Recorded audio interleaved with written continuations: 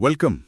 आज हम English grammar के दो बहुत इंपॉर्टेंट बिल्डिंग ब्लॉक्स पर फोकस कर रहे हैं, नाउन्स और प्रोनाउंस। जी। हमारे पास संज्ञा और सर्वनाम, परिचय और प्रकार से कुछ जानकारी है और हमारा मिशन है कि इन कॉन्सेप्ट्स को एकदम सिंपल तरीके से समझे ताकि इंग्लिश कम्युनिकेशन और बेहतर हो सके। तो आइए शुरू करते हैं। बिल्कुल। नाउन्स और प्रोनाउंस, देखिए ये इंग्लिश लैंग्वेज की एकदम बुनियाद है। इन्हें समझना फ्लुएंट और एक्यूरेट इंग्लिश बोलने और लिखने के लिए पहला कदम है, बहुत जरूरी। तो सबसे पहले लेते हैं नाउन को। नाउन क्या है, मतलब सिंपल टर्म्स में? हाँ। Basically a noun is the name of a person, place, thing और आइडिया, यानी किसी भी व्यक्ति, जगह, चीज या विचार का नाम। सही। जैसे रमेश एक पर्सन का नाम हो गया, दिल्ली एक प्लेस का, पेन एक थिंग है और ऑनेस्टी वो एक आइडिया है। बिल्कुल सही कहा।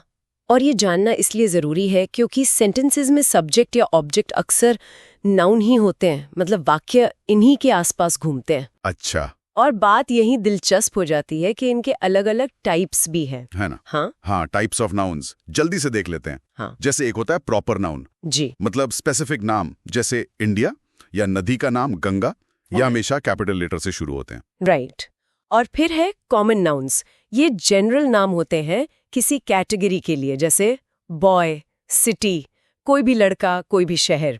इनके साथ वो आर्टिकल्स वाली बात आ जाती है, अ एंड द, कब लगाना है कब नहीं। एग्जैक्टली।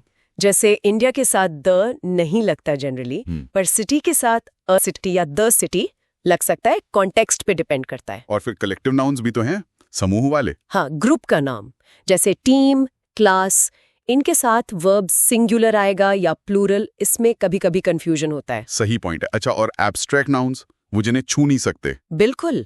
फीलिंग्स या आइडियाज, जैसे लव, ऑनेस्टी, एंगर, इनको सिर्फ फील या थिंक कर सकते हैं।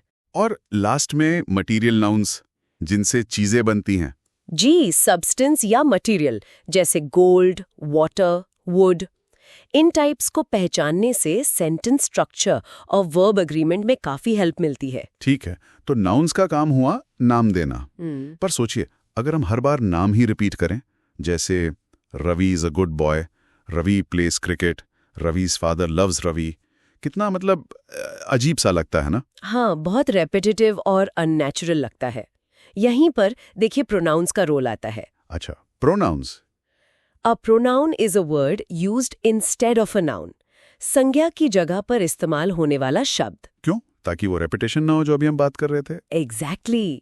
जैसे वो रवि वाला एग्जाम्पल था, उसे हम कह सकते हैं Ravi is a good boy, he plays cricket, his father loves him. हाँ, देखिए, ही, हिज, हिम ने रवि को रिप्लेस कर दिया और सुनने में कितना बेटर लग रहा है। बिल्कुल। लैंग्वेज एकदम स्मूथ और नेचुरल हो गई। प्रोनाउंस वाक्यों को कंसाइज, मतलब छोटा और इफेक्टिव बनाते हैं, और इनके भी कई टाइप्स हैं जिनका फंक्शन अलग अलग होता है। Okay, types of pronouns. Let's see, सबसे कॉमन है पर्सनल प्रोनाउंस, है ना? I, we, you, he, she, it, they. ये सब्जेक्ट या ऑब्जेक्ट की तरह यूज होते हैं। जी, जैसे शी इज माई सिस्टर या आई टोल्ड हिम। फिर हैं पोजेसिव प्रोनाउंस, जो ओनरशिप दिखाते हैं, अधिकार, जैसे my, your, his, her, its, our, there.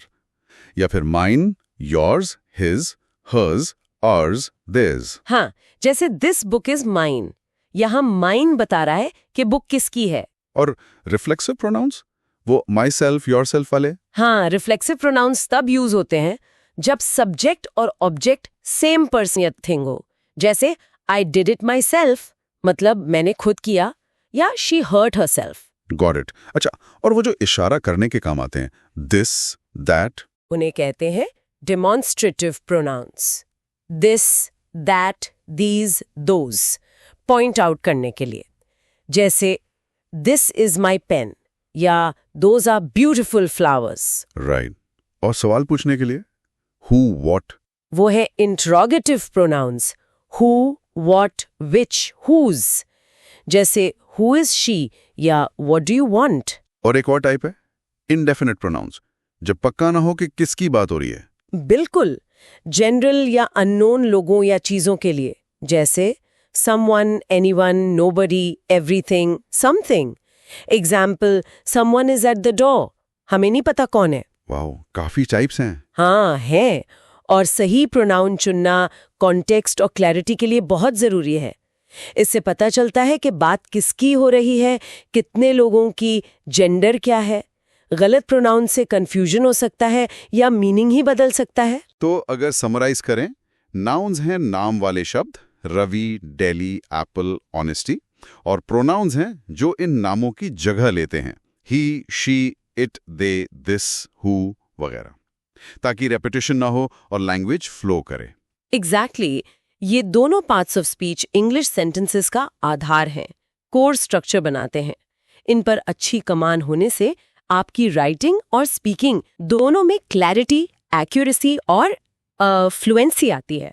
Effective communication की शुरुआत यहीं से होती है। तो ये थी नाउन्स और प्रोनाउंस पर हमारी आज की चर्चा। उम्मीद है इससे इंग्लिश सीखने वालों को ये फंडामेंटल कॉन्सेप्ट्स और क्लियर हुए होंगे। जी बिल्कुल। और सत्र समाप्त करने से पहले एक विचार।